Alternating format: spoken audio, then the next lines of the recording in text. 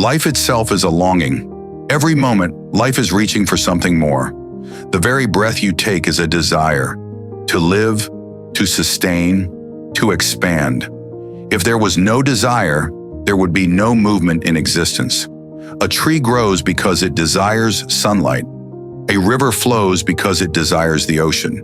The very cells in your body are driven by an innate longing to thrive. But somewhere along the way, people started saying, desire is the source of all suffering. You must give up desire to find peace. If you try to give up your desire, you will soon realize that you have a new desire, the desire to be without desire. You are still caught in the same cycle. It is not desire itself that causes suffering. It is the way you handle it.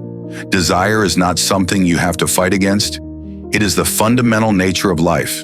The problem arises when your desire is unconscious, compulsive, or driven by unawareness. When desire is in control of you, it can lead to endless restlessness. But when you are in control of your desire, it becomes the fuel for transformation. Look at a seed. The seed does not remain a seed forever. It has a desire to become something more.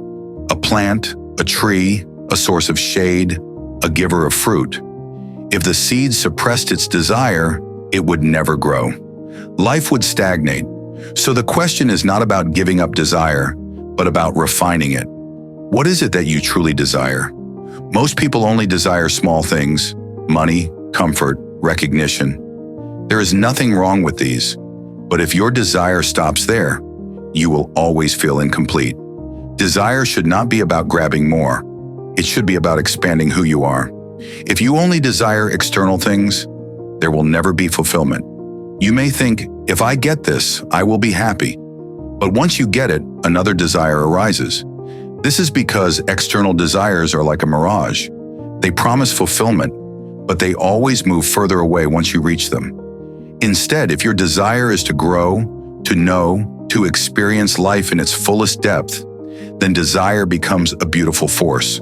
It takes you towards something profound, something limitless. The very longing to know the truth, to seek liberation, to experience the boundless. This too is desire. If desire did not exist, there would be no Buddha, no great being seeking the highest possibility. The question is not about how to kill desire, but about how to make desire conscious. If you can choose your desires consciously, you will no longer feel like a restless seeker, always running after something. Instead, desire will become a tool in your hands. Right now, most people are enslaved by their desires. They do not choose what to desire. They are driven by social conditioning, past experiences, or compulsive habits. One moment they desire one thing, the next moment something else. This is why they feel exhausted. But if you are aware, if you consciously direct your desire, then it will take you towards something truly fulfilling. Desire is not a problem, unawareness is. If you are in unawareness, desire will lead to suffering. If you are in awareness, desire will lead to liberation. It is like fire. If you do not know how to handle it, it will burn you. But if you know how to use it, it will be the source of warmth and light. The great yogis and sages did not become enlightened by suppressing desire. They transformed their desire into a longing for the infinite. If you want to grow beyond limitations, you do not have to kill desire. You have to elevate it. Instead of desiring just comfort, desire boundless expansion. Instead of desiring small pleasures, desire the highest truth. Life will always have desire. The question is, will your desires keep you running in circles, or will they take you towards something truly meaningful? If you become conscious of your desires, then every desire becomes a doorway to greater possibilities. Desire is often misunderstood. It's easy to think of desire as a problem that needs to be solved, a distraction that keeps us from finding peace. But let's take a moment to consider what desire really is. At its core, desire is the very essence of life. It propels us forward, fuels our passions, and ignites our creativity. Imagine a flower blooming. It yearns for sunlight and space to grow. This longing is not merely an inconvenience. It's a fundamental aspect of existence. Desire is what drives us to seek knowledge, to explore, and to connect with others. It can motivate us to pursue our dreams, to learn new skills, or to seek a deeper understanding of ourselves and the world around us. Think of the great explorers, artists, and thinkers throughout history. Their journeys began with a desire to discover, to create, or to express something that had not yet been articulated. Without desire, there would be no innovation, no art, and no evolution of thought. However, it's crucial to recognize that not all desire is equal.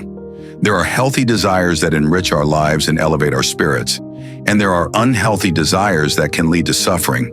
When we become attached to superficial desires such as wealth, status, or fleeting pleasures, we may find ourselves in a never-ending cycle of wanting more. This is where the misconception lies. It's not desire itself that leads to suffering, but rather our relationship with desire. When desire is driven by a sense of incompleteness or lack, it becomes a burden. For example, many people chase material possessions in the hope that they will fill a void within them. Yet once they obtain these things, they often find that the satisfaction is temporary, leading them to seek out new desires to fill the gap once again. This cycle can leave one feeling unfulfilled and perpetually dissatisfied. The key is to cultivate a deeper understanding of your desires. Ask yourself, what is it that I truly want, and why do I want it? Are your desires rooted in your authentic self, or are they influenced by societal expectations or external pressures? When you approach your desires with awareness, you begin to discern which ones genuinely resonate with your essence and which ones are merely distractions. Consider the example of an artist. They may have a deep desire to express their innermost thoughts and feelings through their art. This desire is not superficial. It stems from a place of authenticity and a longing to connect with others on a profound level. In contrast, someone who desires recognition or fame may find that their pursuit leads to emptiness if it lacks genuine passion. Furthermore, it's essential to realize that desire can be a powerful catalyst for personal growth. When you harness your desires and align them with your higher purpose, they become transformative. Instead of merely reacting to your desires, you can choose to act consciously and intentionally. This conscious engagement allows you to use desire as a tool for self-discovery and fulfillment. Desire can also foster a sense of community. When individuals come together, united by a common desire, be it for social justice, environmental sustainability, or spiritual growth, powerful movements can emerge.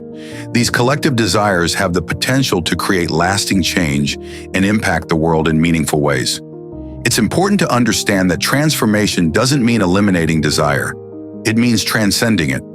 True transformation occurs when you elevate your desires to align with your highest values and aspirations.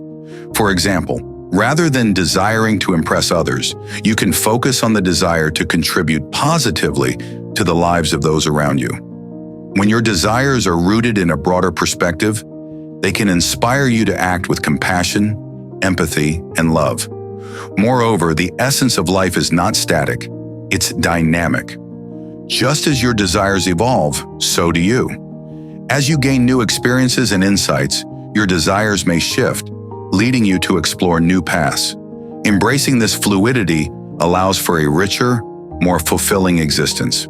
Desire, when approached with mindfulness, becomes a bridge to deeper understanding and connection. It invites you to explore the depths of your being, encouraging you to ask questions and seek answers. Life is not about suppressing your desires, but rather about transforming them into a force for good. In the end, the journey of desire is not one of eradication, but of conscious evolution. By understanding the nature of your desires and their role in your life, you can navigate your path with clarity and purpose. Allow your desires to lead you toward growth, connection, and a deeper sense of fulfillment. When you engage with desire in this way, it becomes not just a drive for more, but a powerful engine of transformation and self-realization.